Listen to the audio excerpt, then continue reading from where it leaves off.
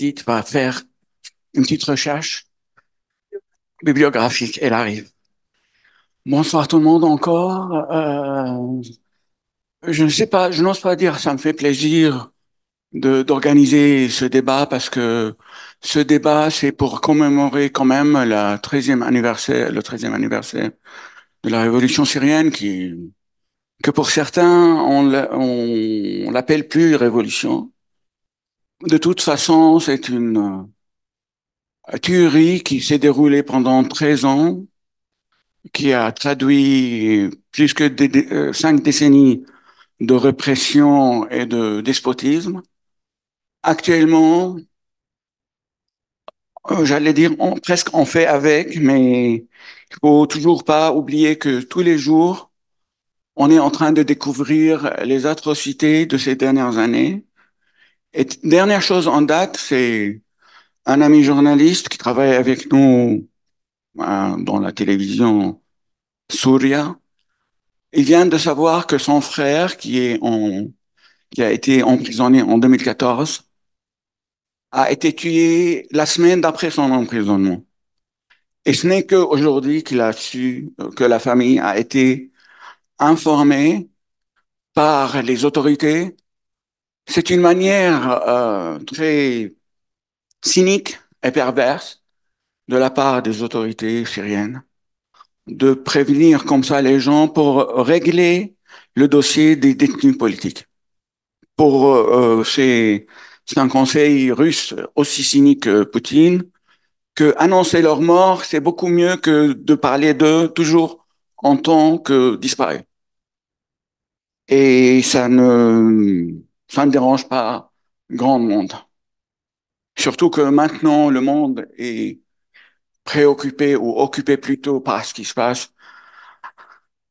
Pas à Gaza, parce que à Gaza, c'est comme la Syrie, comme toutes les victimes qui meurent pour une cause, on s'en fout. Ils sont préoccupés par ce qui se passe à Sciences Po, par ce qui se passe dans les rues de Paris, quand les gens protestent contre les massacres en Palestine. Et peut-être bientôt, et vu que le régime syrien il s'est préservé d'exprimer aucune position concernant Gaza, peut-être bientôt aussi il va se joindre à cette alliance internationale que Monsieur le Président a appelée à sa création avant de faire demi-tour pour combattre toutes les résistances de tout bord politique, que ce soit libéral, islamiste, gauche, etc. Et je n'arrive pas à m'empêcher de dire, en attendant Edith qui nous fait, je sais pas, ah, elle court, elle vient, elle n'a rien trouvé. Non, parce que j'ai les 2 livres et le troisième d'Edith, je l'ai pas, mais elle voulait que je cherche quand même la version arabe qui a été traduite par notre ami regretté Hassan Abbas, qu'il a publié dans une série de livres par sa maison d'édition qui s'appelait La Maison de la Citoyenneté. Donc aujourd'hui, 3 journalistes écrivaines nous racontent la Syrie ou racontent leur Syrie ou ce qu'ils ont lu à partir du moment où ils sont intéressés à ce qui se passe en Syrie. Bien entendu, je commence par ordre alphabétique, celle qui est à ma gauche, direct. Edith Bouvier, vous la connaissez, elle a été à Baba Amr en 2012 pendant 9 jours, encerclée par le pouvoir, et elle a échappé belle, elle a été blessée.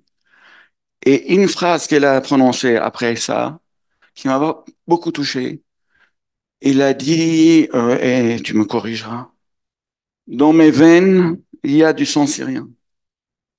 Parce que elle a été sauvée par des membres de l'armée libre, et c'est eux-mêmes qui l'ont réussi à te faire sortir, n'est-ce pas? Oui. Dans mes veines coule du sang syrien aujourd'hui et demain, c'est le jour des fous à Homs et j'aurai le droit de faire toutes les blagues que je voudrais. Et, euh, et effectivement, moi, je voulais vous montrer ce livre parce que c'était effectivement un livre qui a été publié en arabe par Hassan Abbas et qui a été surtout traduit en arabe grâce à Hassan par une femme qui s'appelle Randa Abbas, Mm. qui est aujourd'hui à Paris, qui l'a traduit illégalement, discrètement, à Damas, alors qu'elle était encore professeure là-bas. Et je suis très fière que, elle ait réussi à faire passer mes mots et sa vision de la Syrie à ses élèves, petit à petit par touche. Et puis elle a dû fuir. Mais voilà, ce livre a une double histoire encore plus forte pour moi. On va retourner à cette histoire. On a aussi Gwenaëlle Lenoir, qui était journaliste à France 3, qui connaît bien le Moyen-Orient et notamment la Palestine et le Soudan. Bon, le Soudan, Moyen-Orient, oui, ça peut l'être. Ça se discute. Mais elle est très proche de toutes les causes arabes et les causes de la région pour ne pas qu'on m'appelle à l'ordre en me disant il n'y a pas que les Arabes dans la région. Et entre guillemets, en ce moment, les gens sont vraiment très sensibles. Je parle de l'Andalousie, des Arabes en Andalousie, on me rectifie en me disant ce n'était pas que des Arabes. Je parle des Kurdes au nord de la Syrie, on me rectifie en me disant ce n'est pas que des Kurdes. Tout le monde se retranche dans sa nationalité la plus étroite possible. On est dans une période, malgré la mondialisation, on s'enferme de plus en plus. Alors, Gwenaëlle, elle a, ce qui est impressionnant dans son livre qui s'appelle Camera Obscura, c'est qu'il n'y a pas un mot, ou presque, sur le personnage principal du livre, qui est le photographe César, qu'on connaît tous à partir des travaux de Garance Lequen, ce photographe qui a fait sortir toutes les photos des cadavres torturés dans les prisons et les geôles de Saddam. Et ça, elle va nous parler comment elle a réussi à faire cet exercice pour élargir un peu le champ de dénonciation des atrocités et du mal qui se déroule autour de nous partout dans le monde. Et après, nous avons Camille Neveu qui vient de sortir Le Verger de Damas. Camille, elle était grand reporter au journal de dimanche avant Bolloré. Et je crois qu'elle a quitté avec les gens qui ont... Bravo. Et elle a été inspirée par une histoire personnelle parce que son mari est syrien et il est originaire d'une zone dans Al-Ghouta de Damas qui a beaucoup souffert de la famine, de l'encerclement, des bombardements et des massacres. Alors, à travers ces échanges qu'elle a eus avec son mari, elle a pu refléter la situation dans cette zone qui a été très, très mal décrite. Je pense que seulement Mignou, qui préface votre papier, votre livre, Delphine Mignou, qui a écrit un petit livre sur la bibliothèque de Daraya pendant le siège. C'était aussi un livre très touchant. La première question, qui va être un peu presque banale, quelle est votre relation avec la Syrie, à part ce que j'ai raconté, mais quelle est votre relation plus profonde que ça? C'est pas parce que je suis marié avec un Syrien, c'est pas parce que j'ai des amis syriens, c'est pas parce que j'ai été 9 jours à Homs.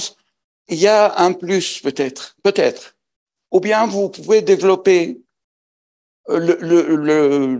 l'angle que vous désirez dans votre attachement ou cette attractivité de la cause syrienne dans vos écrits. Alors effectivement, moi, mon mari est syrien. On s'est rencontrés parce que j'ai appris l'arabe à l'INALCO. J'ai fait une licence d'arabe littéraire. En fait, c'était mon binôme linguistique au départ. Lui est arrivé en France en mars 2015 avec les réfugiés syriens qui arrivaient en France. On s'est rencontrés en août. Et voilà, c'était mon départ, mon binôme pour apprendre l'arabe. Ah, ça marche? C'est bon. Oui. Voilà. Et il se trouve qu'à ce moment-là, moi, je travaille au Journal du Dimanche depuis plusieurs années et j'ai changé de service, j'ai rejoint le service étranger. Et donc, voilà, de par aussi mon travail, j'ai commencé à m'intéresser à la Syrie. Alors, en allant beaucoup à la frontière, pas en entrant en Syrie, parce qu'en 2015, c'était déjà un petit peu plus compliqué qu'en 2011-2012. Donc, je suis allée très souvent en reportage au Liban, voilà, à la frontière, à Gaziantep, en Turquie. Et puis, toute ma belle famille vit au Moyen-Orient, Égypte, Liban, Turquie. Donc, j'ai aussi appréhendé la Syrie par ce biais-là. Avec mon mari, nous avons 3 enfants qui sont aussi franco-syriens. Donc, l'arrivée de ces 3 enfants a aussi beaucoup contribué. C'est leur culture, hein, c'est leur racine. D'ailleurs, le livre leur est dédié. Et, en creusant vraiment différents sujets sur la Syrie, je me suis rendu compte qu'il y avait eu beaucoup de choses écrites après 2011, parce qu'il y a eu une fenêtre de tir où les journalistes ont pu y aller, qui s'est un peu après refermée. Mais avant 2011, il y a eu très peu de choses parce que c'était quasiment impossible pour des journalistes de se rendre là-bas, de faire des reportages. Il y a eu voilà, des Français qui sont partis avec un visa touriste, qui ont pu visiter Damas, mais les journalistes, non. Et l'idée vraiment de ce livre, c'était de pouvoir raconter ce que c'était que la vie là-bas avant 2011, la vie sous une dictature. Et je pense qu'en France, on ne sait pas ce que c'est que de vivre sur une dictature, sous une dictature, et peut-être tant mieux. Mais et l'idée de ce livre est en fait partie d'une conférence que donnait mon conjoint sur son parcours de réfugié, sur la Révolution, puisque lui a fait la Révolution à Daraya dès 2011 et les graines étaient semées bien avant. Et un monsieur à la fin de cette conférence est venu le voir et lui a dit, mais quand même, est-ce qu'il vaut mieux pas une bonne dictature qu'une mauvaise démocratie? Et là, je me suis dit, mais c'est pas possible, il y a des choses il faut re-raconter en fait. Raconter ce qui n'a pas été raconté, re-raconter ce qui a déjà été un peu raconté. Et on a voulu le faire à travers une fiction largement inspirée de son histoire et celle de sa famille, mais quand même avec une part fictionnelle, parce que l'idée, c'était vraiment d'attirer des gens qui, au départ, ne sont pas forcément intéressés à la Syrie spontanément, à travers voilà, un livre un peu romanesque des personnages, et pour essayer de leur faire comprendre, de leur expliquer ce que c'était qu'une dictature, pourquoi la révolution s'est lancée, n'est pas partie de nulle part, et voilà, jusqu'à effectivement aujourd'hui. Et j'aurais peut-être une analyse avec un tout petit peu plus de lumière que la vôtre par rapport à ce que vous avez dit au début sur la Révolution. Je pense que d'une certaine manière, la Révolution continue, notamment avec toutes les personnes qui sont exilées et toute la nouvelle génération qui arrive, la génération d'enfants, d'adolescents, qui, d'une certaine manière, va continuer. Parce que je suis âgé, je passe. Non, pardon, c'était pas du c'était pas du tout mon propos. Mais voilà, j'aurais plusieurs anecdotes à vous donner, mais en février, je suis partie 15 jours dans ma belle famille en Égypte avec voilà, tous mes neveux, mes nièces et mes amis, 3 enfants. Et à un moment, on était en train de faire une sirane, une excursion, et les enfants sont un peu allés se mettre dans leur coin. Ils ont commencé à danser tous ensemble, comme des fous. Et là, mon mari m'a dit, mais attends, mais à Daraya, mais c'était pas possible, ça n'existait pas, ça. Il dit, et c'est ça la révolution qui continue. Et c'est bien. Donc c'est une toute petite lumière par rapport à toutes les atrocités qui continuent d'être commises et toutes les nouvelles atroces qui arrivent aux familles de disparus qu'il faut évidemment pas oublier. Mais il y a peut-être une petite lumière qui existe à travers cette génération-là et qui d'ailleurs existe dans le livre puisqu'il y a un personnage qui a 12 ans et qui incarne un peu cette génération. Alors, ma relation avec la Syrie, d'abord, je précise que je n'ai pas couvert la révolution syrienne. Je ne suis pas allée en Syrie depuis 2010, je crois. Donc la Syrie, j'y suis allée plusieurs fois, mais pour moi, la Syrie est intimement liée à tout ce que j'ai pu faire et vivre au Proche-Orient, au Moyen-Orient, en règle, en général. Et j'ai évidemment vibré énormément à la révolution syrienne, comme j'ai énormément vibré à la révolution égyptienne, et ensuite à la révolution soudanaise en 2019, probablement parce que j'ai passé énormément de temps sur le terrain. Tu disais que j'étais journaliste de télévision. En général, quand on est journaliste de télévision, on a peu de temps sur le terrain, mais il se trouve que je n'étais pas que ça. Et donc, j'ai passé beaucoup de temps à parler avec les gens. J'y ai vécu sur place, j'ai vécu en Égypte, j'ai vécu en Palestine, j'ai vécu au Soudan. Donc, j'ai recueilli des récits, je me suis fait des amis. Et donc, ce bouillonnement révolutionnaire, ce bouillonnement démocratique, c'est quelque chose qui m'a transporté, vraiment transporté.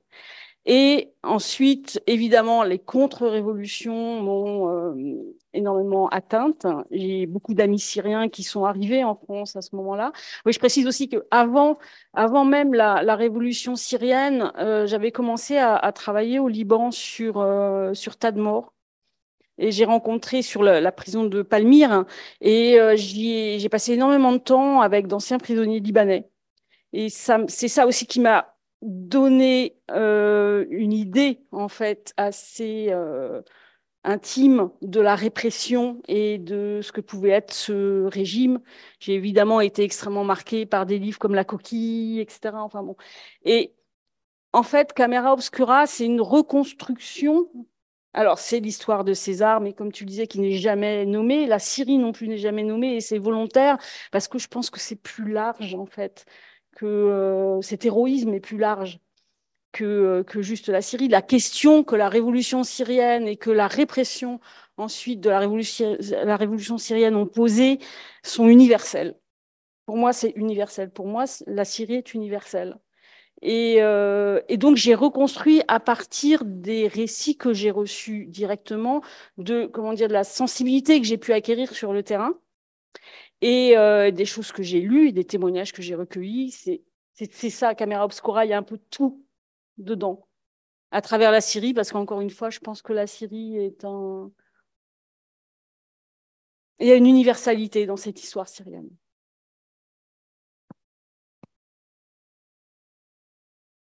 Alors moi, j'ai écrit ce récit de témoignage lors d'une de mes premières aventures syriennes. Et depuis, effectivement, j'y retourne. Je crois y avoir fait à peu près tous les exercices possibles journalistiques. Donc j'ai écrit des articles, j'ai fait des reportages radio, je fais des films documentaires maintenant quand j'arrive à retourner en Syrie. Et en fait, ce qui me pousse à y retourner, c'est que j'arrive toujours pas à comprendre ce qui se passe, et que j'arrive pas toujours à croire que à chaque fois c'est de plus en plus dur. Et puis moi, j'y ai créé des liens, que mon terrain de jeu, de travail se réduit comme peau de chagrin, comme les habitants ont leur territoire qui se réduit de plus en plus, et c'est de plus en plus compliqué de les voir, c'est de plus en plus des conditions réduites, parce qu'à chaque fois, quand j'arrive à aller à Idlib, on n'a que quelques jours d'autorisation à passer à l'intérieur, donc c'est quelques jours très resserrés avec eux pour continuer à essayer de comprendre leur vie, leur parcours, leur évolution. Et de l'autre côté, à l'Est, c'est des vies à chaque fois plus décimées par ce conflit qui est de plus en plus compliqué à raconter, qui est de plus en plus compliqué à vivre pour eux, parce qu'on est brinque-ballé d'un côté à l'autre, d'une dictature à une autre, dans une situation économique qui est terrible aujourd'hui, où je sais très bien qu'à chaque fois, ils ont qu'une envie, c'est qu'on aille manger chez eux, mais il n'y a rien à manger. C'est qu'ils ont qu'une envie, c'est qu'on passe un moment ensemble, mais il n'y a plus d'électricité, mais il n'y a plus, mais il n'y a plus. Et c'est tous ces moments de vie que j'essaye quand même de retrouver avec eux, parce que depuis 12 ans, j'ai du sang syrien, mais j'ai surtout plein de familles en Syrie. Et j'ai besoin d'aller les voir, et j'ai besoin de prendre de leurs nouvelles. Et mon arabe n'est pas encore au top, donc je préfère les voir, les écouter et les raconter quand je peux. Camille, je suppose que vous n'étiez pas, vous êtes allé en Syrie avant la Révolution, vous connaissez la Syrie? Non. Justement, alors. Et je tourne autour, et je tourne autour. Et je crois que c'est intéressant de nous raconter comment la Syrie s'est présentée à vous par les récits de votre conjoint et Exactement. sa famille. Exactement. En fait, quand la révolution a éclaté en 2011, je travaillais pas au service étranger du Journal du Dimanche, je travaillais au service éco. Donc, j'étais vraiment sur d'autres sujets. Et il se trouve qu'à ce moment-là, je traversais un drame personnel. Mon petit frère venait de mourir dans un accident de voiture à 20 ans. Et donc, j'étais pas du tout tournée vers les révolutions arabes. J'étais vraiment dans mon deuil. C'était très, très difficile. Et en fait, en 2015, quand j'ai rencontré mon conjoint, je commençais seulement à aller mieux et à avoir envie de faire du reportage et à reprendre un peu de souffle journalistique personnel. Et on s'est rencontrés à ce moment-là. Et en fait, c'est assez tard, c'est à ce moment-là que je me suis intéressée à la Syrie. Vraiment, avec cette rencontre, grâce à l'INALCO. Et voilà. Et donc, c'est à travers son récit de, voilà, lui est vraiment un des pionniers de la révolution à Daraya. Il est le premier à avoir chanté contre Bachar el-Assad lors de la première manif à Daraya. C'est vraiment à travers son récit à lui, son récit de vie, que je me suis intéressée à la Syrie et que j'ai commencé à remonter le fil. Et il se trouve qu'à ce moment-là, je rejoignais le service étranger du Journal du Dimanche. Donc, j'ai commencé à travailler sur la Syrie à ce moment-là. Voilà, à la fois, on parlait de la Syrie à la maison, on parlait de la Syrie au journal. Et donc, finalement, c'est arrivé assez tard. Et depuis, je tourne autour et je ne désespère pas un jour, peut-être très longtemps, mais un jour de pouvoir y aller, évidemment, avec mon mari, mes enfants. Et voilà, presque plus dans un cadre personnel que professionnel maintenant. Lionel, maintenant, quand tu travailles sur le Soudan, même si tu vas plus ou moins qu'avant, est-ce que dans ton caméra obscura, tu as été influencé un peu par les atrocités qui se déroulent aussi au Soudan?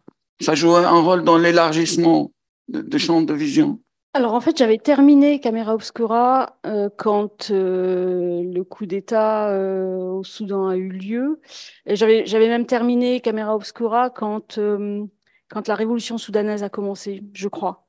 Donc c'est un petit peu, si on regarde sur le papier, c'est assez séparé. Mais aujourd'hui, effectivement, aujourd'hui, je le lis complètement parce que je pense qu'en fait, c'est un peu la preuve de ce que je disais tout à l'heure, de l'universalité de la révolution syrienne. C'est-à-dire que j'ai retrouvé les mêmes choses en fait au Soudan, et y compris même jusqu'à la répression en fait.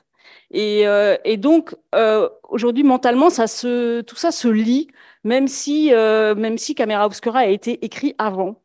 Bon, je connaissais la répression de Bachir, puisque le Soudan, j'y vais depuis très longtemps. Donc, peut-être qu'effectivement, cette répression qu'il y avait sous Omar el-Bachir au Soudan était. Je l'ai liée à celle que je connais, enfin, que je connaissais, donc, les témoignages que je connaissais sous Hafez el-Assad, et ensuite, en particulier Hafez el-Assad, et ensuite un peu Bachar el-Assad, plus tardivement, mais aussi, aussi l'Égypte, parce que j'ai vécu en Égypte, donc là aussi j'ai recueilli des témoignages. Malheureusement, la région, il y a une foultitude de régimes répressifs et totalitaires, hélas, Qui se sont renforcés avec la contre-révolution. qui se sont renforcés avec la contre-révolution, oui. Mais je suis assez d'accord avec ce que tu disais, Camille. Enfin, je pense que les révolutions arabes, elles ne sont pas mortes. Les gens ont pris des sacrés coups sur la figure, c'est le moins qu'on puisse dire, sans mauvais jeu de mots, et ça continue. Mais je vois mes amis soudanais, par exemple, qui ont mené la révolution soudanaise. Aujourd'hui, la plupart sont en exil à l'étranger. Pour autant, il s'est passé quelque chose, et les braises ne sont pas totalement éteintes. Bon, c'est un petit peu du wishful thinking aussi, peut-être. Hein. C'est peut-être un peu, on essaye d'espérer, on essaye d'espérer désespérément que ça puisse déboucher sur quelque chose. Pour moi, c'était une question provocatrice. C'est pas, je suis convaincu que c'est pas terminé, mais est-ce qu'elle va aboutir à ses fins? Je ne sais pas si ça va arriver dans ma vie, mais je demande à Edith, est-ce que tu penses que la révolution aussi, elle continue? Moi, je languis de retourner à Idlib pour aller danser avec eux. Quand j'ai vu les images, là, ces derniers jours, des manifestations, des chants, c'est tellement sublime.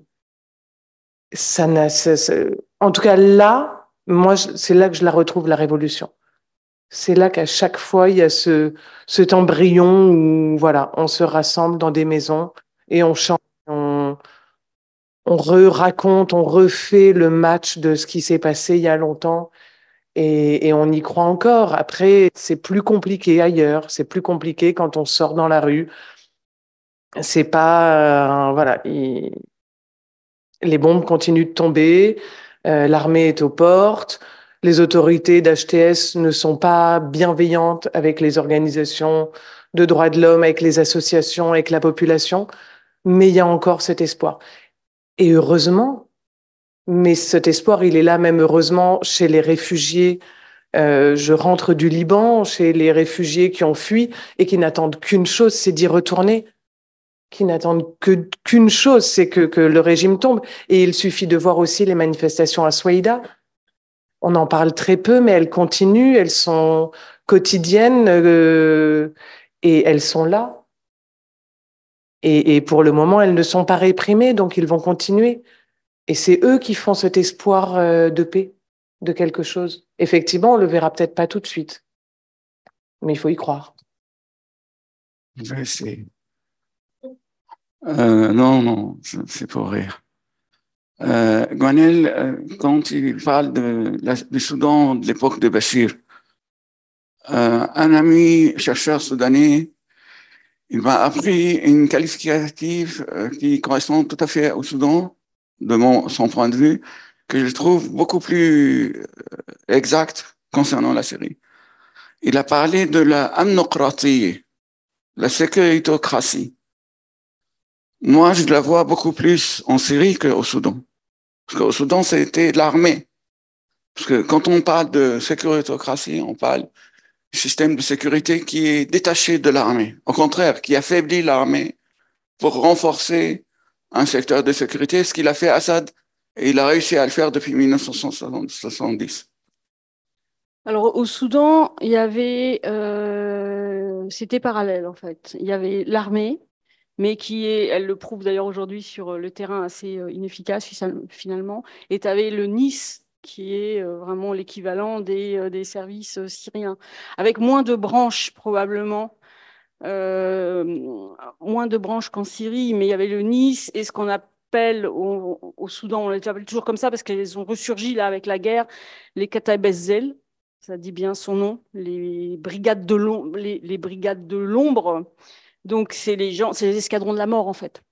Donc ça existait au Soudan, ça aussi. Et là, ces Kataib ez-Zel sont revenus en force depuis le début de la guerre, parce qu'avec avec cette guerre, derrière l'armée régulière et derrière le général El-Burhan, c'est les islamistes qui sont revenus en fait. Avec eux, le régime, l'ancien régime. Alors, une question à toutes les trois, et vous choisissez qui va commencer à prendre le micro. On parle beaucoup ces derniers mois, et même maintenant, de la normalisation avec le régime syrien. Et même Edith, elle a pensé faire un film là-dessus. Elle a commencé, je crois.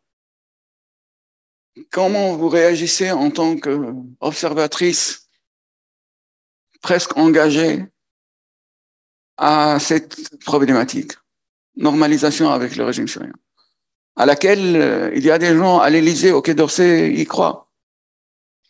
Alors, avant de quitter le journal du dimanche, j'ai travaillé sur ce sujet et j'étais excessivement inquiète de voir que vous aviez des proches du régime de Bachar qui pouvaient voyager en Europe, qui obtenaient des visas Schengen par des ambassades, on ne sait pas exactement lesquelles, mais enfin bon, ils étaient là. Je me suis dit, c'est vraiment très mal parti. Et en fait, quand la justice française a émis un mandat, et puis alors le climax de ça, c'était l'arrivée annoncée de Bachar el-Assad à la COP de Dubaï. Et là, je me suis dit, c'est pas possible, on va avoir une photo avec tous les chefs d'État, Emmanuel Macron, et au milieu, Bachar el-Assad. Je veux dire, c'est inconcevable. Et en fait, comme au moment où la France a émis son mandat d'arrêt contre Bachar el-Assad, qui l'a quand même empêché de venir à la COP, certes, il a envoyé un émissaire, mais en tout cas, c'était pas lui qui s'affichait sur la photo. Là, je me suis dit, OK, en fait, finalement, ça va pas être si simple que ça, et ça m'a vraiment soulagée. Voilà. Je pense que il y a une normalisation qui est en cours, mais il y a quand même des freins, des garde-fous, et heureusement. Moi, je ne travaille pas sur cette question, mais je ne suis pas étonnée, en fait. pas étonnée. Enfin, les dictateurs ne sont jamais très, très longtemps mis sur la touche, quel que soit le nombre de leurs concitoyens qu'ils massacrent, On se rappelle de Assad sur les Champs-Élysées en 2008, par exemple. après l'assassinat de Hariri et tous les intellectuels libanais, la répression du printemps de Damas. Il a été l'invité d'honneur sur les Champs-Élysées. Alors moi, j'avoue que je vis normalisation effectivement depuis mai dernier. Je réalise un film en ce moment sur le sujet, dont le propos a évolué depuis mai, parce qu'en mai, quand il y a eu cette réunion incroyable à la Ligue arabe où Bachar el-Assad est invité comme si de rien n'était, comme si on était ravis de son retour. Il fait son discours, il explique que tout va bien dans le meilleur des mondes, que maintenant qu'il est de retour, en fait, c'était une erreur, on s'est trompé et maintenant il est de retour, tout va bien.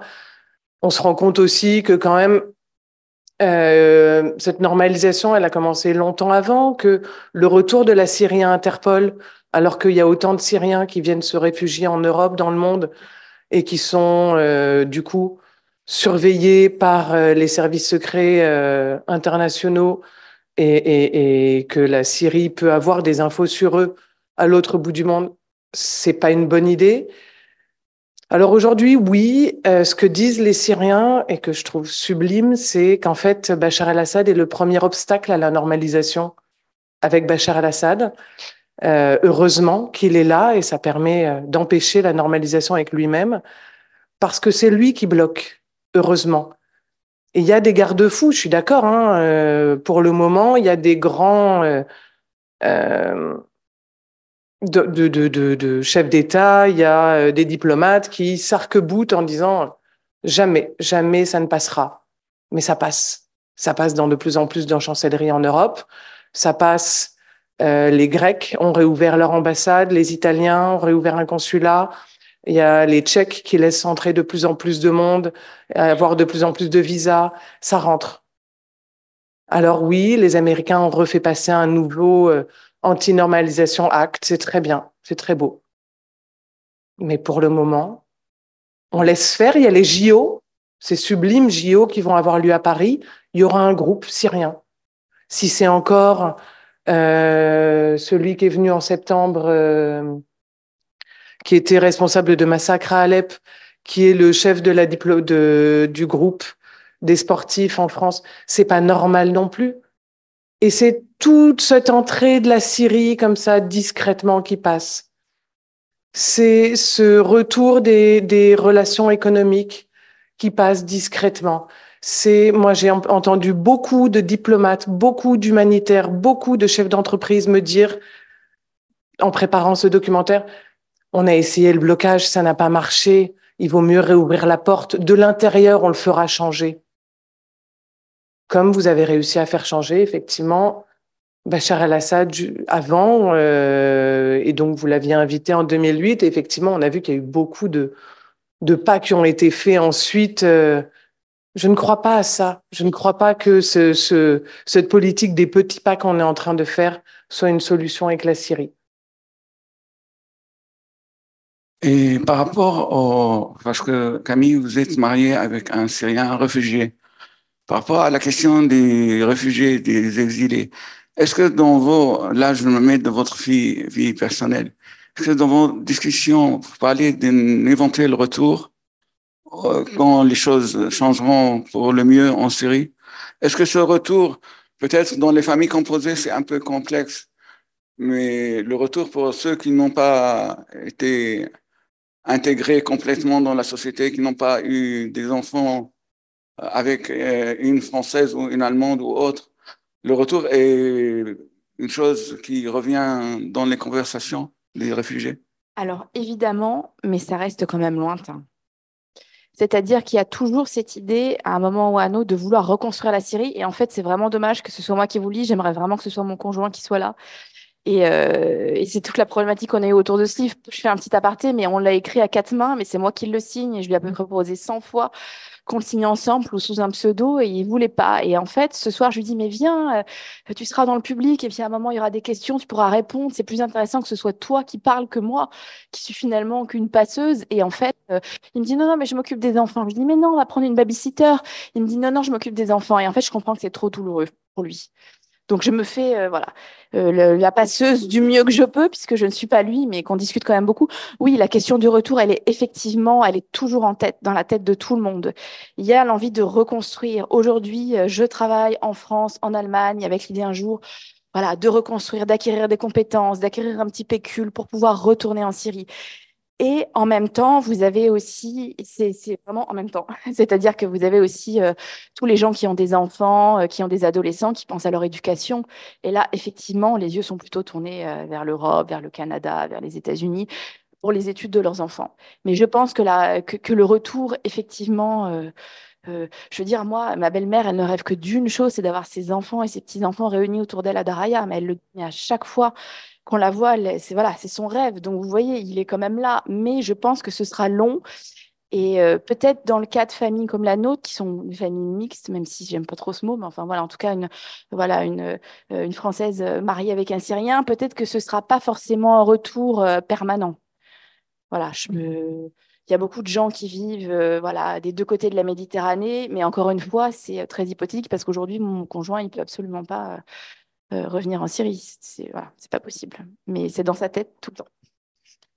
Manel, César, même s'il ne figure pas dans les pages, mais c'est, j'allais dire, mais c'est un mot qui me fait penser à quelqu'un que je n'aime pas. C'est un détail de ce qui s'est passé en Syrie. C'est un détail très important. Comment tu as traité ce... Alors, déjà, je ne peux pas te laisser dire que César ne figure pas dans le livre. Son nom Son nom, n'est pardon. pas cité, mais c'est lui qui raconte. Donc, tout le livre, c'est lui, en fait. Je ne l'ai pas nommé parce que,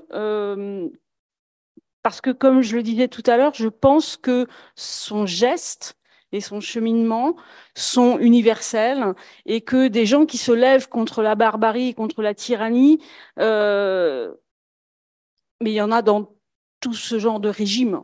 Voilà. Mais l'histoire de César est tellement extraordinaire, c'est paradigmatique, je veux dire. Enfin, c'est complètement incroyable. On a l'impression que c'est une légende. Cet homme qui est plongé dans ce régime et qui finit par se lever contre ce régime et dire non, alors qu'il sait ce qu'il risque puisqu'il l'a devant lui tous les jours.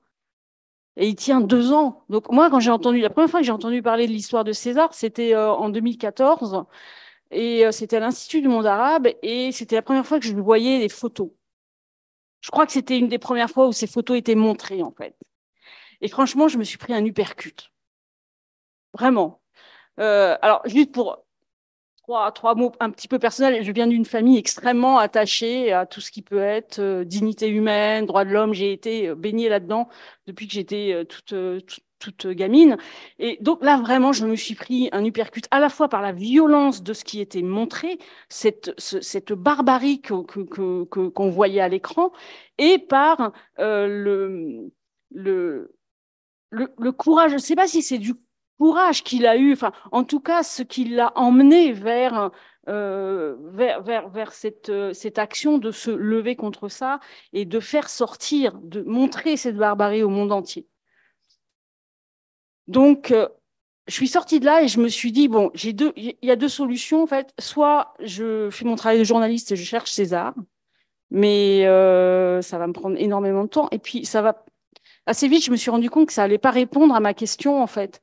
Et ma question, c'était comment on fait pour tenir 2 ans? Comment on fait? Et là, la seule solution, c'était la fiction, et la seule solution, c'était la première personne. Et lui qui raconte, en fait. Mais c'est lui qui raconte, et c'est moi qui raconte. Je précise, je ne l'ai pas dit, mais je ne le connais pas, César, je ne l'ai jamais rencontré. Mais encore une fois, là, c'est nourri, c'est une reconstruction, et c'est nourri de tout tous les récits que j'ai pu avoir depuis que je suis enfant et autour de cette région au Proche-Orient, de tous ces gens qui ont dit non, de tous ces gens qui ont fait la révolution, de tous ces gens qui ont continué après, malgré la répression, en Égypte, en Irak, au Soudan, en Syrie, qui portent notre humanité. Voilà, en fait, César, c'est notre humanité. Pour moi, c'est ça.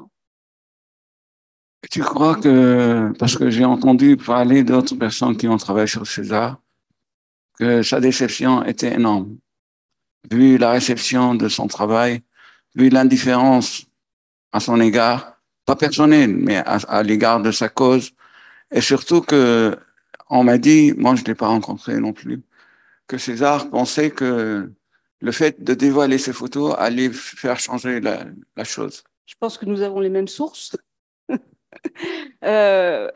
Oui, c'est ce qu'on m'a raconté également. Et effectivement, c'est normal. C'est pour ça que le livre se termine un peu aussi là-dessus, parce que bien sûr, comment après toutes ces risques, comment à partir du moment où on perd tout, parce que quelqu'un comme César perd tout, absolument tout, son passé, son présent, son futur. Enfin, d'après ce qu'on m'a dit aussi, c'est quelqu'un qui ne parle qu'arabe, donc on peut être exilé, protégé, mais reste quand même totalement isolé. Toutes ces horreurs qu'il a pu traverser, ce courage qu'il a fallu pour faire ça, et qui, finalement, ça a beau être exposé à l'ONU, il a beau témoigner devant le Congrès américain, on a beau voir ses photos, et ben on en est à la normalisation. Donc, enfin, ça doit être une souffrance extraordinaire quand même. À tout point de vue, cette histoire est extraordinaire. Quand ces photos ont été exposées au Parlement européen, tous les députés qui sont passés devant les photos, ils ont pleuré comme il faut. Et après, on les a retrouvés dans le restaurant alentour du Parlement en train de trinquer. Parce que le moment émotionnel s'est passé. Il fallait le faire. C'était bien de le faire. Après, tout s'est terminé. À savoir que, je ne sais pas, parmi vous, peut-être la plupart a vu les photos, mais celui qui regarde ces photos, il peut rester peut-être une semaine sans pouvoir manger, ni boire, ni dormir. Mais les instances internationales qui ont exposé les photos quand même au Congrès américain, au Parlement européen, l'autre jour, il y avait une petite exposition à Sciences Po Paris, où il y avait aussi beaucoup de monde qui pleurait devant les photos. Et ils sont repartis. Peut-être c'est humain, peut-être c'est de la résilience, je ne sais pas. Edith. Oui, mais ces photos, elles ont apporté quelque chose de beaucoup plus important, c'est que grâce à elles, il y a des milliers de familles qui ont pu identifier leurs proches morts en Syrie. Et que moi, à chaque fois, je rencontre des gens qui me montrent la photo en disant, au fait, j'ai retrouvé mon frère, j'ai retrouvé mon cousin, j'ai retrouvé mon père, je sais où il est. Et moi, j'ai rencontré César et effectivement, il était extrêmement déçu de ça. Mais ce que je lui avais dit, c'est ça. C'est que le monde n'est peut-être pas prêt encore. Il y a la faiblesse des lâches qui fait que pour le moment, rien n'a été fait. Mais au moins, il y a ces familles qui peuvent pleurer leur mort, qui ne pourront pas l'enterrer. Et ça, c'est la pire chose qu'on puisse leur faire. Mais au moins, qui peuvent pleurer leur mort et savoir. Et puis, vous avez quand même un mécanisme de justice qui se met en place. Et ça sert de preuve. Et voilà, même si c'est balbutiant, je renvoie tout le monde vers l'excellent film documentaire de Garance Lequesne à ce sujet. Vous avez un procès qui va s'ouvrir en mai à Paris. Voilà, pour complicité de crimes contre l'humanité, de trop dignitaires du régime. Donc, vous avez en Allemagne, il y a eu aussi un Syrien proche du régime qui a été condamné. Certes, voilà, c'était un personnage secondaire de ce rouage de la mort, mais quand même. Et puis, vous avez un procès d'un médecin qui est en cours. Donc, on voit quand même que en Europe, des procès ont lieu et ces photos, elles ont, je pense, quand même servi à ça aussi. Rappelons-nous quand même que Rafat al-Assad a été condamné et il est parti de l'aéroport d'Orly tranquille. Alors, quand il faut préserver des alliés, on les laisse partir. Mais Anwar Ruslan, il n'est pas Rafat al-Assad. Il a été condamné à 15 ans. Camille, je reviens vers vous.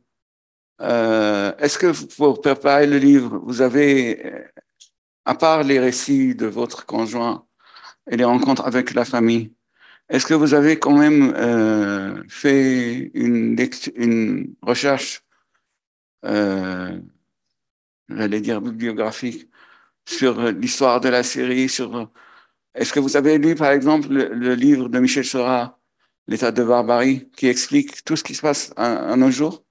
Bien sûr, la coquille, tout ça, en fait, je l'avais déjà lu un peu avant d'écrire le livre. Finalement, le livre, il était en moi avant, voilà, avant le jour où j'ai commencé à écrire. Mais en revanche, ce que j'ai fait, puisque le livre se passe à Daraya, la ville de mon conjoint, il ne pouvait pas se passer ailleurs, j'ai fait beaucoup d'interviews avec des gens, des jeunes, des femmes, des hommes qui ont fait la révolution et qui sont aujourd'hui exilés. Et ça m'a permis de répondre à beaucoup de questions parce que mon conjoint, il a 35 ans, mais vous avez aussi il y a plusieurs générations des Shebab Daraya, comme on les appelait.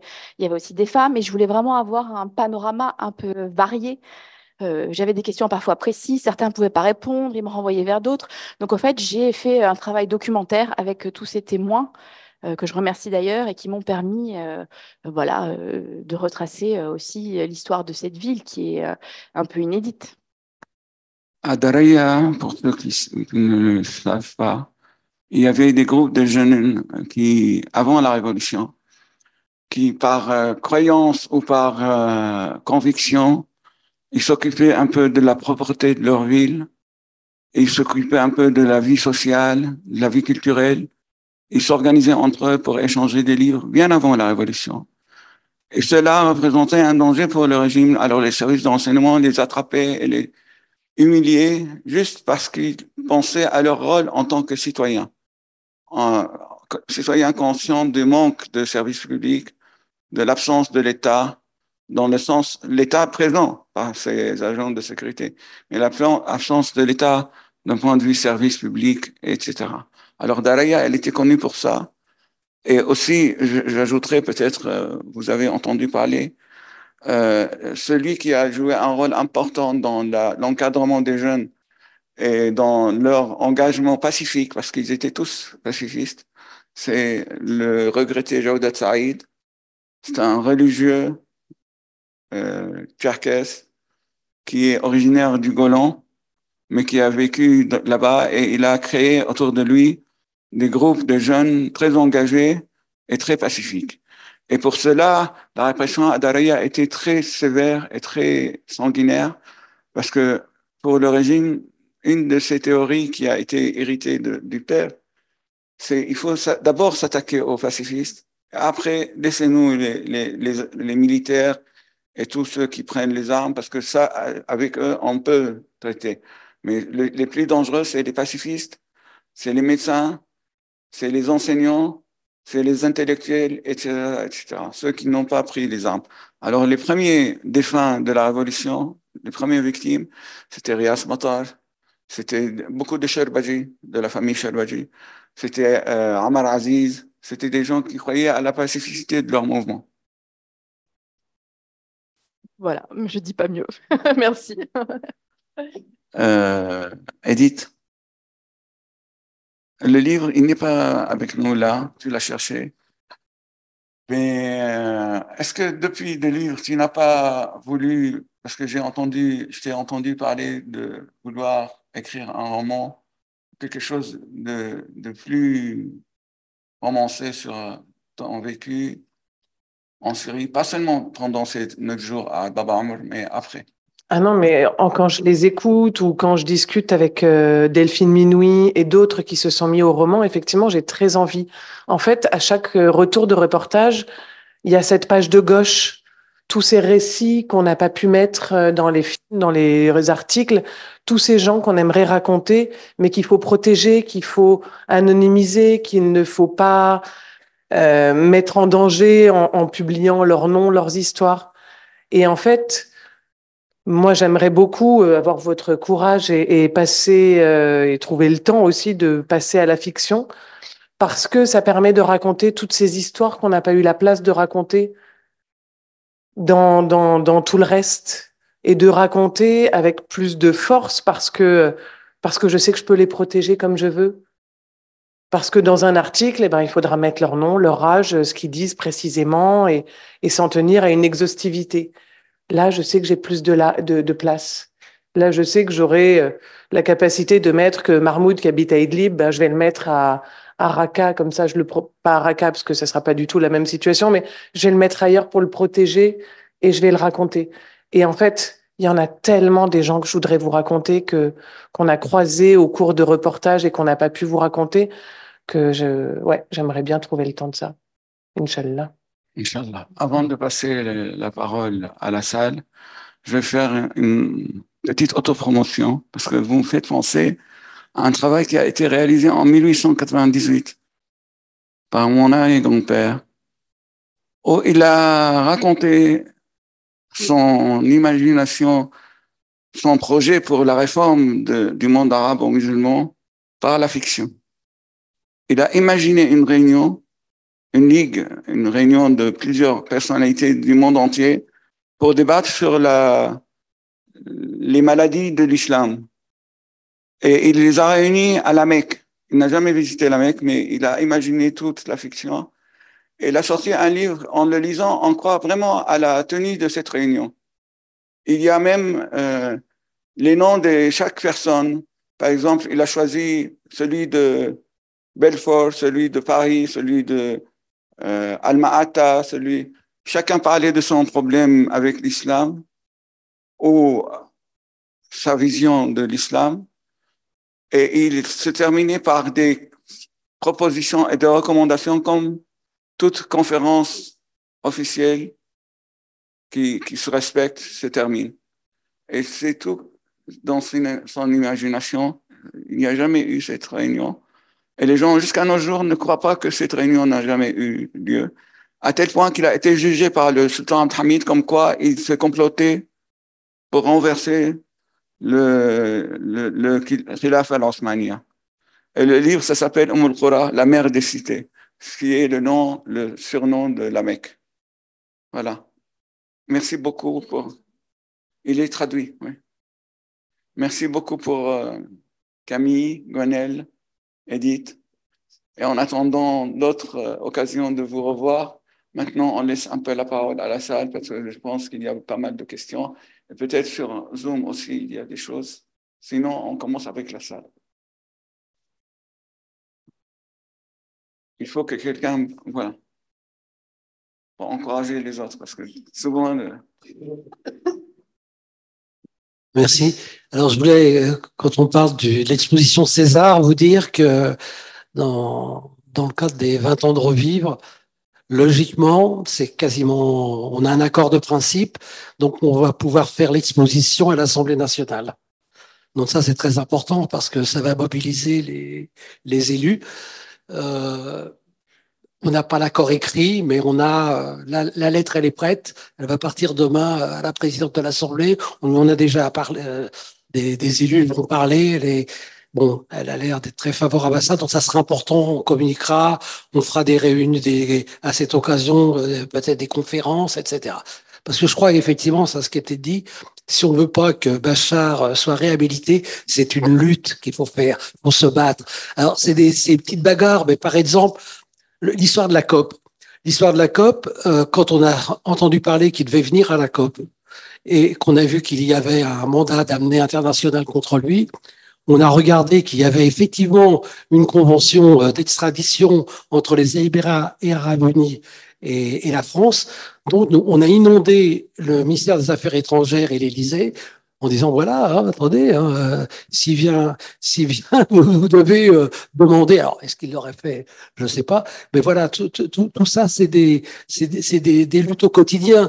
Quand il y a eu le patron du MEDEF qui a été pris la main dans la main avec le représentant de la Chambre de commerce à Paris, tout de suite, d'abord on l'a diffusé. Il a été obligé de dire oh, c'était par hasard. Je me suis retrouvé dans un couloir. On m'a dit de venir. Mais en fait, après, on a communiqué au MEDEF sur l'acte César en disant attention, si vos entreprises travaillent avec la Syrie, ils risquent, etc. Et on vous surveille, etc. Voilà, c'est des luttes. Mais je crois que la réhabilitation de Bachar, la France Je pense qu'on sera les derniers. Je dis pas comme tu l'as dit, Edith, que ça bouge, etc. Mais là, c'est dur. Je crois que c'est encore dur en France. Ça m'étonnerait qu'on prenne la décision de le réhabiliter. En tout cas, Revivre fait des très bons travail.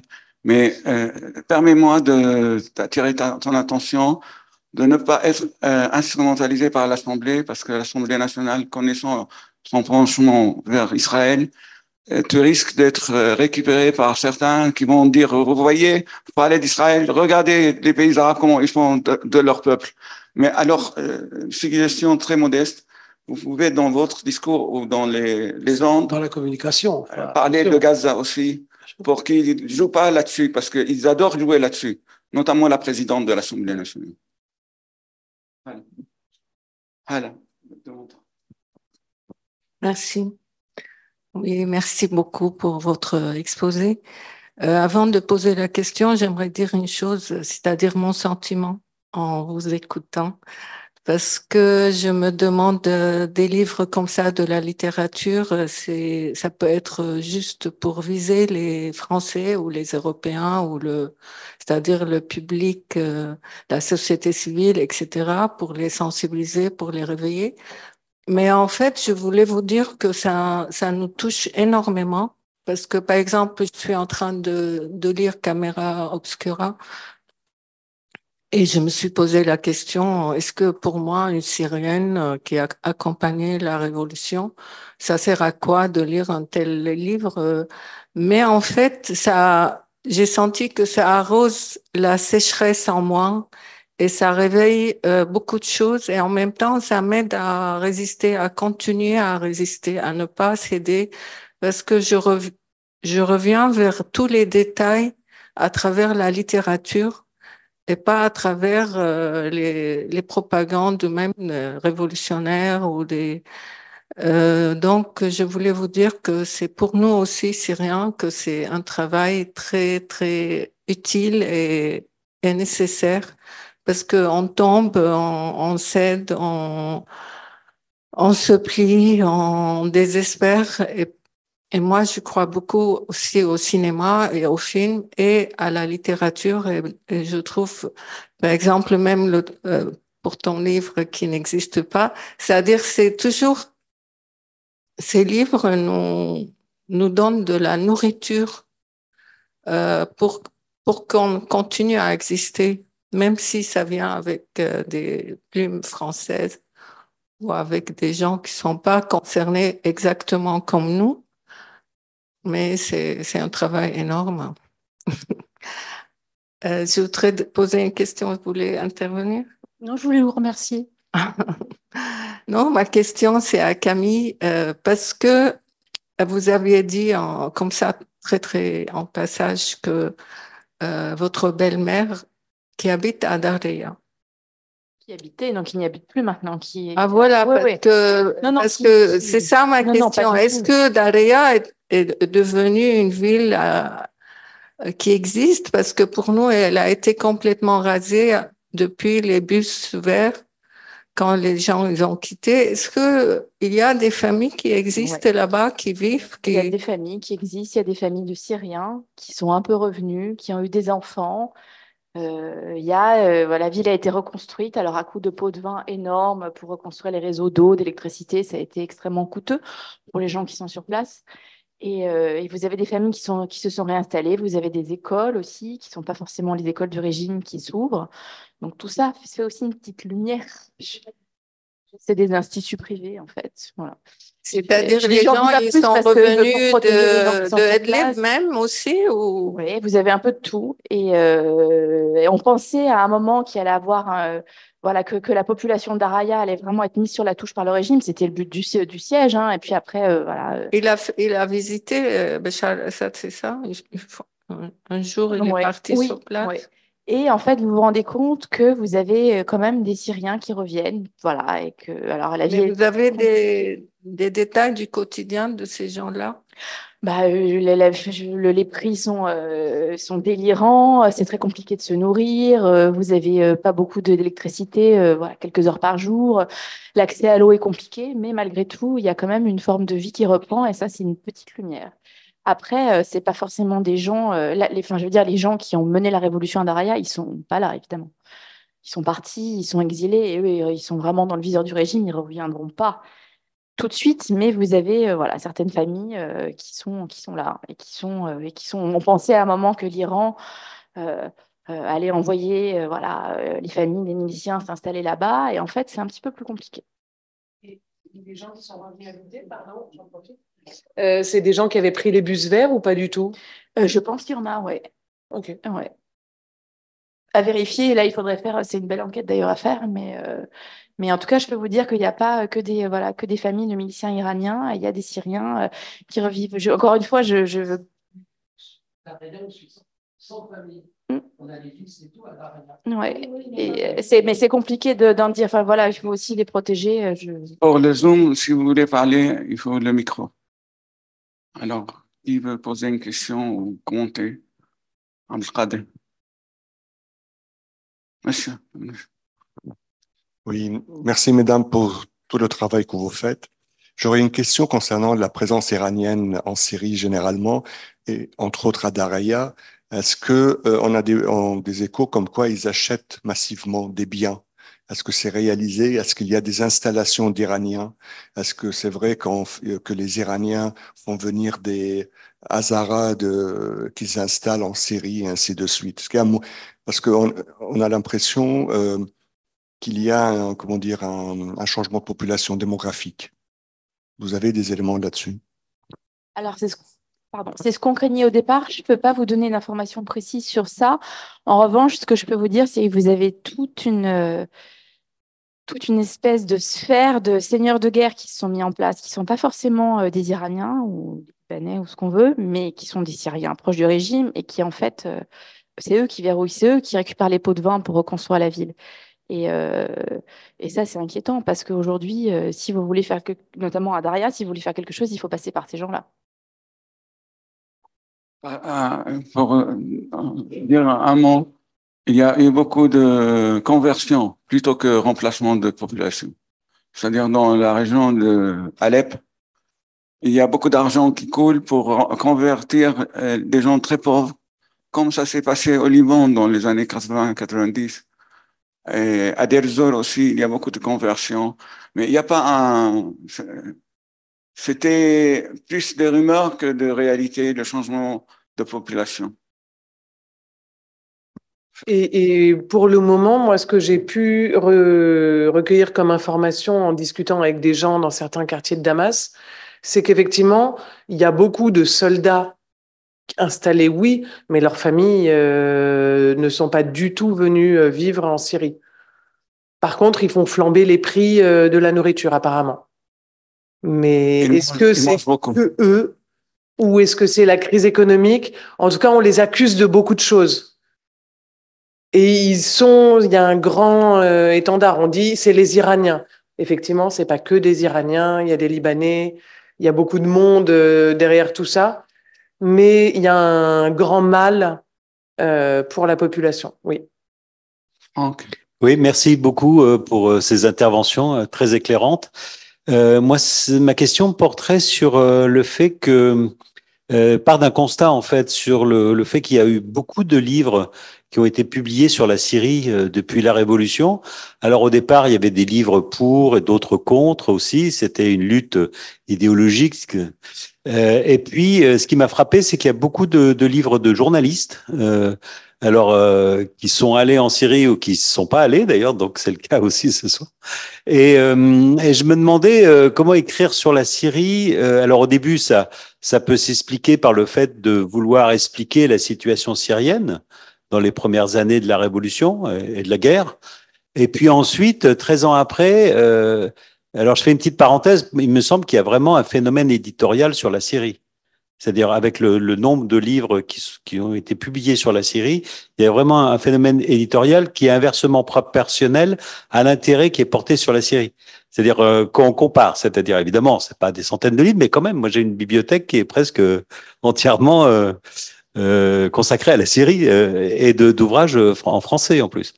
Donc je me demandais ma question portait sur le fait que qu'est-ce que ça veut dire en 2024, 13 ans après, d'écrire sur la Syrie? Est-ce que c'est avec le même sentiment par rapport à cette question de l'explication ou de faire savoir, c'est-à-dire donc tourner vers un lectorat et un public francophone pour l'éclairer, ou c'est on est dans une autre dimension 13 ans après? C'est-à-dire, est-ce que le temps finalement ne joue pas aussi dans la façon d'écrire? Parce que le thème, c'est raconter la révolution syrienne.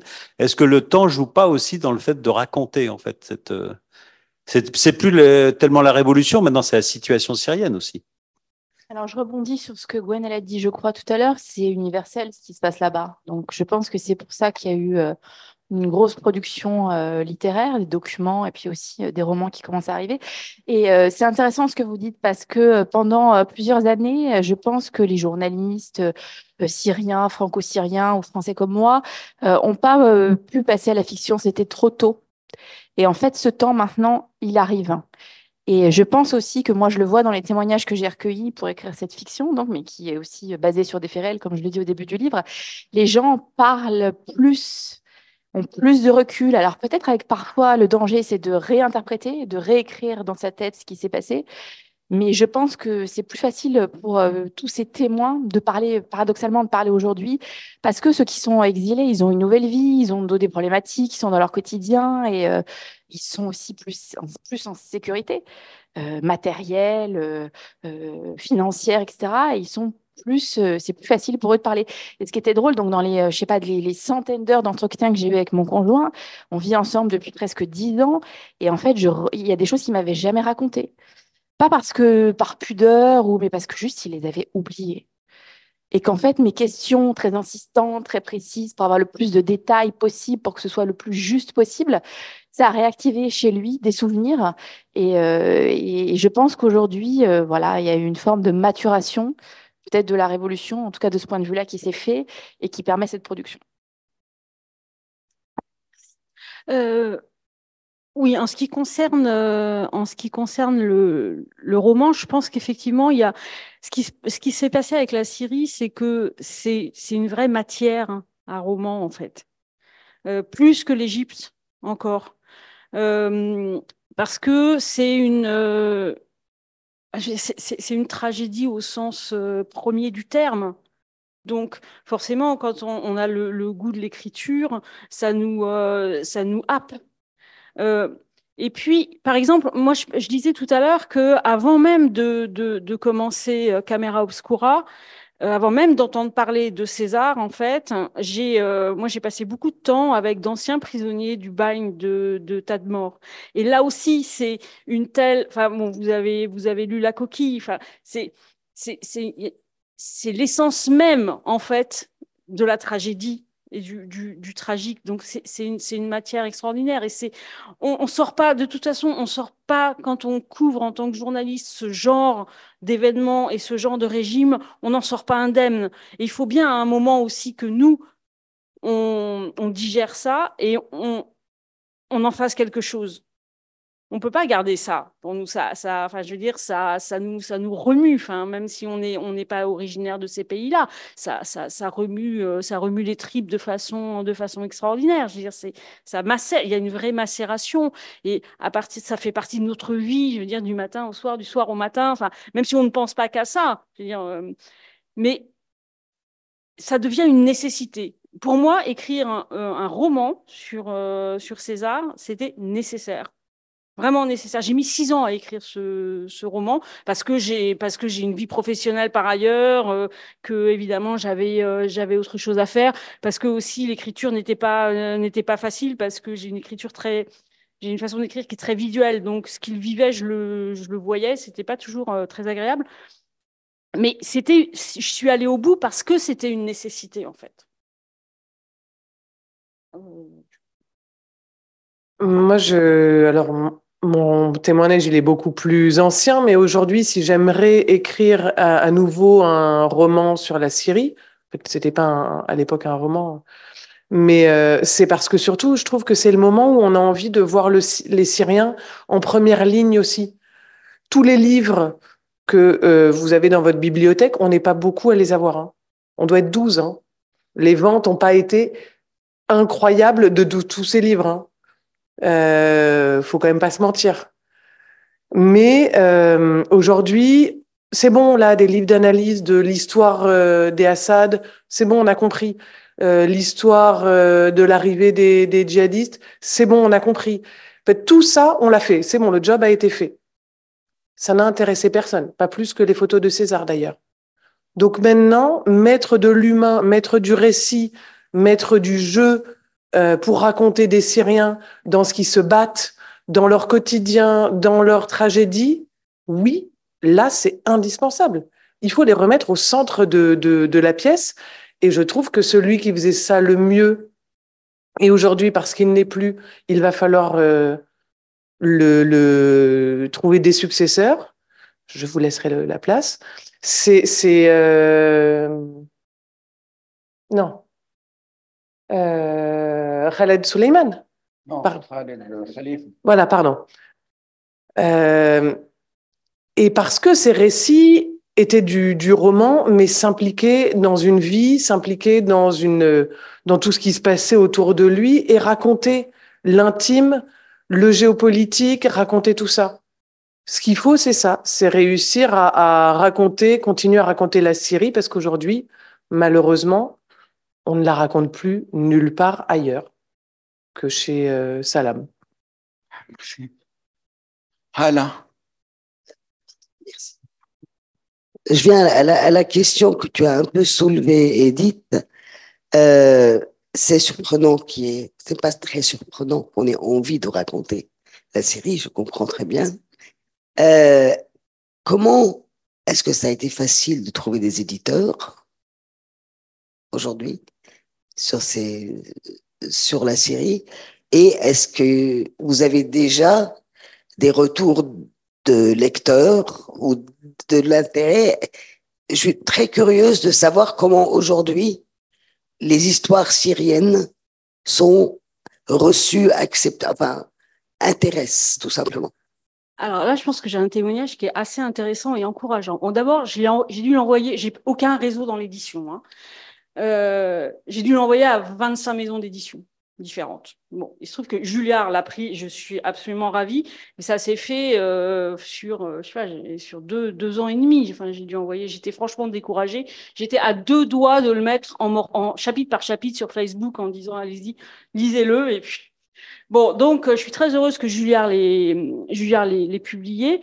Ensuite, en ce qui concerne les lecteurs, alors j'ai été moi-même très étonnée et extrêmement agréablement étonnée, c'est que j'ai des retours de gens, y compris alors de gens qui ne mettraient pas la Syrie sur une carte, ne savent pas où c'est la Syrie. La révolution syrienne, ça ne leur dit rien du tout, la répression encore moins, et c'est même des gens qui ne lisent pas, en fait. Ça, j'ai eu plusieurs témoignages de gens qui habituellement ne lisent pas, qui l'ont lu par recommandation, etc., et qui sont touchés, ce que je disais tout à l'heure, par l'universalité. Donc c'est vraiment cette révolution syrienne, ce César a vraiment quelque chose d'universel qui touche des gens extrêmement différents. Et alors juste, je vais faire un peu d'autopromotion. Ce livre est présélectionné pour 3 prix extrêmement différents. Il y a le prix de Sciences Po, le prix Régine Deforges et le prix des points Relais. Enfin, il est présélectionné, ça ne veut pas dire qu'il aura un prix, mais je veux dire, ça donne bien la différence. Et les critiques, j'ai eu, y compris des critiques dans Femmes Actuelles, dans Notre Temps, de la part de gens qui ne sont pas du tout dans le domaine proche-oriental. Donc, je pense que la Syrie parle, en fait. Je prends la suite, moi aussi, c'est plutôt une histoire encourageante. J'ai commencé à écrire le livre en décembre 2020. En juillet 2022, je sentais que j'étais vraiment arrivée au bout du bout de ce que je pouvais faire en termes d'écriture. Le livre était déjà très bien avancé. Pour moi, quasi abouti, mais il fallait quand même un petit coup de pouce. Je sentais que j'avais des impasses, j'avais besoin d'aide. Et en fait, alors moi, je n'ai pas envoyé à 25 éditeurs parce que je t'ai dit que j'avais pas le temps, que le monde de l'édition bouge beaucoup, qu'il y a des rachats, un gros phénomène de concentration, que ne connaissant pas tous les rouages, j'allais me perdre, me disperser, que c'était pas une bonne idée. Et ce que j'ai fait, j'ai sollicité des agents littéraires. notamment une agence qui s'appelle Pontas, que je remercie du fond du cœur. C'était celle que j'avais visée, que je rêvais qu'elle me représente, qui est basée à Barcelone. Et pour la petite histoire, en fait, la fondatrice, qui s'appelle Anna Soler-Pont, parle arabe, s'est rendue en Égypte à 20 ans, où elle a décroché les droits de traduction de Najib Mahfouz. Donc, très sensible à tout ce monde arabe, etc. Et donc, j'ai envoyé, je pense que c'était en décembre 2022, je lui ai envoyé le livre. Elle m'a répondu tout de suite en me disant « Je le lis, s'il vous plaît, ne prenez pas de décision avec un autre agent, laissez-nous vous faire un retour après Noël et vacances de Noël. » J'ai dit « D'accord. » Après les vacances de Noël, elle m'appelle, elle me dit « On vous représente. » Voilà, vraiment, on a très envie de porter ce livre. Voilà, universalité, etc. Et après, c'est allé très vite puisque j'ai signé avec les éditions Lattès après une enchère avec 9 maisons d'édition en avril, je pense, 2023. Et voilà, et on a continué à travailler, cette fois-ci, avec la maison d'édition, à épurer le style, à couper. Ça a été difficile, mais il a fallu enlever des passages. Et le livre n'est pas encore sorti, il sortira le 3 avril, donc je n'ai pas encore énormément de retours, mais il y a une chose qui m'a surpris, et qui rejoint ce que Ala a dit tout à l'heure. On a envoyé le livre à un Syrien qui anime sur Facebook la page des Syriens en France, qui s'appelle Maher Artia, qui l'a lu et qui nous a dit qu'il était extrêmement sensible par tous les détails. Ça m'a fait extrêmement, parce que vraiment j'ai beaucoup travaillé pour ça, par tous les détails qui sont retranscrits, et qu'il est aussi très content que la révolution et qu'on continue de raconter la Syrie à travers des livres comme ça. Et je fais aussi un peu d'autopromo, puisque preuve de l'intérêt de la Syrie par les éditeurs, mais aussi par les lecteurs, les libraires, le livre est présélectionné pour le prix Maison de la Presse, qui est un prix extrêmement populaire au sens vraiment noble du terme. Et je suis vraiment très, très contente parce que c'était vraiment mon objectif initial. Voilà. Je crois pour Edith, la chose est un peu difficile avec les films concernant la série. Documentaire sur ça. Les producteurs facilement. Oui. Mais non, mais moi, j'ai la chance d'avoir une boîte de production géniale qui est une des rares à travailler sur la Syrie. Mais je me rappelle, une fois, tu voulais travailler sur la série et tu étais obligé d'incruster. Je te raconte beaucoup trop de choses. Le volet ukrainien pour élargir un peu. Ah bah oui, mais là, il fallait faire rêver Arte au moment de la guerre en Ukraine. Parce que bon, bah, moi, j'ai essayé d'aller bosser en Ukraine, mais il fait trop froid. Et puis c'est pas mon terrain, donc je suis pas très utile à la société là-dessus. Et donc quand la guerre en Ukraine a commencé, effectivement, ben on leur a vendu de la Syrie à Arte, et c'est passé. Ils nous ont cru quand on leur a dit. Et en fait, c'est la même chose. Donc on n'avait pas tellement tort. Et quand on voit aujourd'hui les Ukrainiens qui s'émeuvent des doubles frappes qui sont terribles, hein, sur les civils. Ben en fait, ça fait pas 12 ans, parce que les Russes font pas ça depuis 12 ans, mais depuis 2015, ça fait quand même des années, 9 ans, qu'on leur dit que les Russes pratiquent les doubles frappes, tuent des secouristes, tuent des médecins. Et là, je crois qu'ils commencent à l'entendre. Donc oui, non, effectivement, c'est pas si facile de vendre la Syrie en télé, parce qu'il n'y a pas beaucoup de cases, mais Arte, pour le moment, prend. France Télé, là, était intéressé par le sujet sur la normalisation. Et ils n'ont toujours pas compris qu'il n'y avait pas vraiment de normalisation. Donc, on va voir comment ils vont réagir quand ils verront le film. Merci beaucoup. Il y a quelque chose sur Zoom? Il y a une question. Quel rôle pour la diaspora syrienne, qui est bien plus ancienne que 2011, partout dans le monde, dans la protection? Est-ce qu'elle a un rôle, cette diaspora, dans la protection des héros de la révolution en exil, et pour préserver la mémoire de cette révolution et son histoire? Moi, je vais juste botter en touche en disant qu'il suffit de regarder tout ce que fait Revivre, tout ce que fait le CAREP depuis des années, pour voir que les héros syriens sont racontés et que leur mémoire perdure. Et Souria Ouria, quand même. Et toutes les initiatives qu'il y a eu comme ça. Merci beaucoup. Racha, est-ce que tu annonces le prochain événement?